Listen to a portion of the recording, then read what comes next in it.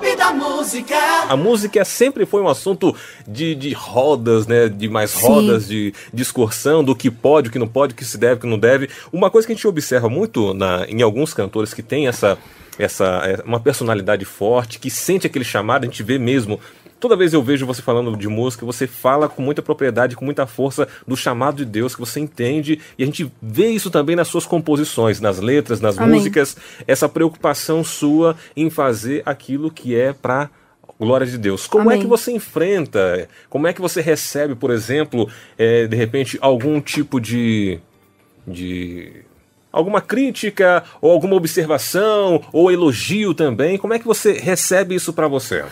Olha, eu, na verdade, demorei muito tempo para assumir o ministério que Deus tinha para mim. Por quê? Porque, antes de mais nada, a gente se conhece, né? Sim. E a gente sabe que quando Deus ele entrega algo pra gente, se a gente rejeita, ele cobra um preço muito alto. Uhum. Então, se você for parar pra pensar, eu gravei meu primeiro CD... se baseando na minha história, muito tarde, porque eu canto desde criança. Eu gravei 12 discos com os meus irmãos, né? A gente formava um grupo, a gente ainda tem esse grupo que a gente deu uma pausa, porque, enfim, casamos, o Jorginho procriou, agora ele é, né, pai de família.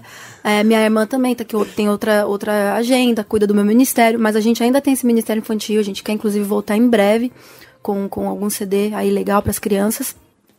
Só que houve um momento da minha vida em que eu não quis mais cantar, porque eu fazia todas aquelas canções e tudo mais, mas eu sabia que, olhando para o quadro assim, do mercado gospel, eu não tinha nenhum futuro, né? Falando agora tete a tete, é isso. Eu tinha muito medo de ser rejeitada, de ser criticada, e isso me aprisionou. Uhum. Então, o que o medo faz? O medo, ele para a sua vida.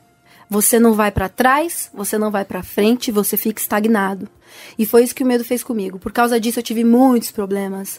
Eu não conseguia dormir, problema de ansiedade, sabe? Um problema que vai chamando o outro. Sim. E minha vida não andava. Por quê? Porque eu disse não para Deus. E eu continuava a compor, continuava a ter aquele anseio, sabe, por Deus. E colocava para fora tudo aquilo que vocês ouviram no meu CD. Foi quando eu conheci o Léo, né? Que aí toda essa história eu já falei várias vezes, mas eu vou falar de novo. E o Léo foi a única pessoa que me encorajou a cantar mesmo as minhas músicas, porque eu já tava querendo assim... que família não vale, né? Exato. É sempre assim. A família não vale, né? Mas é porque, assim, os meus pais, na verdade... Família é suspeita. Além de serem suspeitos, os meus pais, eles queriam muito me proteger. Então, eles me falavam a realidade. Olha, você vai gravar assim, mas saiba que você vai enfrentar isso, isso e isso. Mas o Léo não. O Léo, ele... Por outro lado, ele falou, eu acho que você deveria enfrentar, colocar pra fora o que Deus te deu, as suas músicas, gravar suas músicas. Porque eu ia gravar músicas de outros compositores. Eu já tava pensando assim, tá bom, então eu vou cantar, é muita pressão, mas não. O que Deus queria pra mim era outra coisa. Sim. Então, hoje em dia, quando alguém me critica ou até me elogia, é como se o bom eu recebesse como incentivo.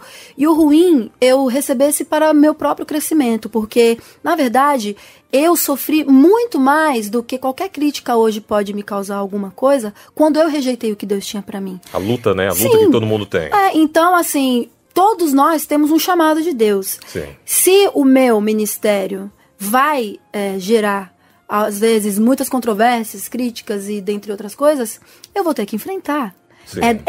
É meu papel agora enfrentar e não recuar. Porque quando eu recuei, o preço foi muito mais alto. E quando a gente está na direção de Deus, existe algo que não supera nada, que se chama paz. Clube da Música.